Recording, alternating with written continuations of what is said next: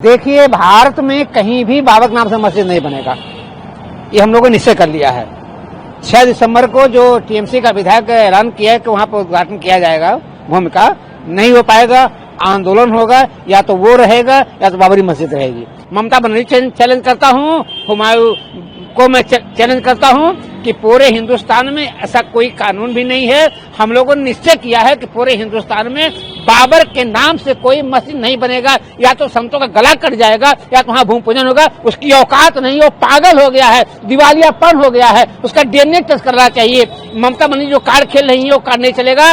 बाबरी मस्जिद के लिए 5 एकड़ जमीन दे दिया गया है, तब भी ऐसे टीएमसी के विधायक को पागलपन का दौरा आ चुका है। उनको मालूम नहीं है, ऐसे लोग कोड और संविधान कानून को बहुत बड़ा दे रहे हैं चुनौती। ऐसे लोग हिंदुस्तान में रह करके हिंदुस्तान के साथ गद्दारी करते हैं। 25 नवंबर को ध्वजारोहण का कार्यक्रम है, उसको लेकर के सनातन विरोधियों को पच नहीं रहा है, पेट में जलन हो रहा है, दिक्कत आ रहा है। इसीलिए जिस तरह कोठारी बंधुओं ने बाबरी मस्जिद के ढांचा को गिराए थे, अब 6 दिसंबर को टीएमसी के विधायक ने ऐलान किया है शिलान्यास के लिए। यह दुखद है। आने वाले 25 नवंबर को माननीय देश के यशस्वी प्रधानमंत्री जी के द्वारा उसके ऊपर ध्वजारोहण किया जाना है। ऐसे अवसर पर इस तरह का तृणमूल कांग्रेस के द्वारा बयान आना बहुत दुर्भाग्यपूर्ण है। ये सब ममता बनर्जी के इशारों पर किया जा रहा है, क्योंकि ममता बनर्जी एक कठमुल्ला हो चुकी हैं। देखिए, भारत में कहीं भी बाबर के नाम से मस्जिद नहीं बनेगा, ये हम लोगों ने निश्चय कर लिया है। 6 दिसंबर को जो टीएमसी का विधायक ऐलान किया है कि वहां पर उद्घाटन किया जाएगा भूमि का, नहीं हो पाएगा। आंदोलन होगा, या तो वो रहेगा या तो बाबरी मस्जिद रहेगी। हम अयोध्या के संत निश्चय कर चुके हैं कि पूरे हिंदुस्तान में बाबर के नाम से कोई मस्जिद नहीं बनेगा, नहीं बनेगा, नहीं बनेगा। हुमायूं बाबर की औकात नहीं है कि 6 दिसंबर को वहां पर वो कर पाएगा। और चैलेंज करता हूँ, ममता बनर्जी चैलेंज करता हूँ, हुमायूं को मैं चैलेंज करता हूँ कि पूरे हिंदुस्तान में ऐसा कोई कानून भी नहीं है। हम लोगों ने निश्चय किया है कि पूरे हिंदुस्तान में बाबर के नाम से कोई मस्जिद नहीं बनेगा। या तो संतों का गला कट जाएगा या तो वहाँ भूमि पूजन होगा। उसकी औकात नहीं, वो पागल हो गया है, दिवालियापन हो गया है, उसका डीएनए टेस्ट करना चाहिए।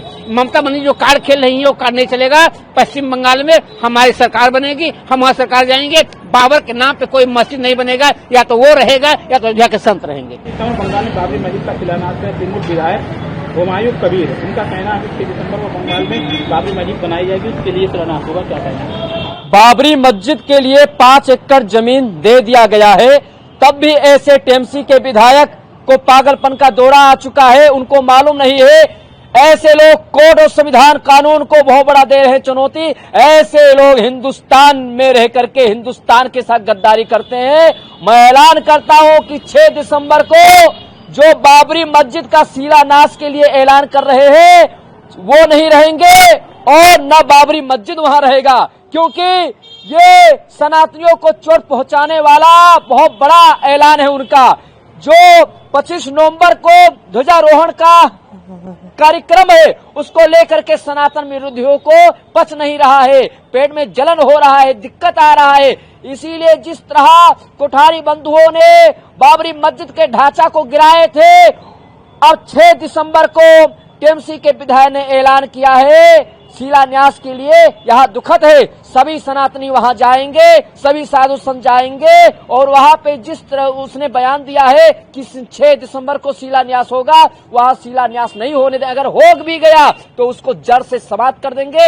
ये भारत की भूमि है, मेरे राम और कृष्ण की भूमि है। यहाँ कोई बाबर नहीं आया है, न कोई औरंगजेब आया है। औरंगजेब का और बाबर का नामो निशान मिटना चाहिए। हम लोग होने नहीं देंगे शिलान्यास। और जो ममता बनर्जी जी जिहादी और कट्टरपंथियों को पालती है, घुसपैठियों को पालना चाहती है, और ममता बनर्जी जी का चलने वाला नहीं है। ममता बनर्जी जी को बहुत जल्द इस्तीफा देना पड़ेगा, और बंगाल की जनता इस बार ममता बनर्जी जी को हटाएगी। हुमायूं कबीर ने 6 दिसंबर को बंगाल में बाबरी मस्जिद शिलान्यास समारोह की घोषणा की है। हमारा जी किस नजर से इसको देखते हैं?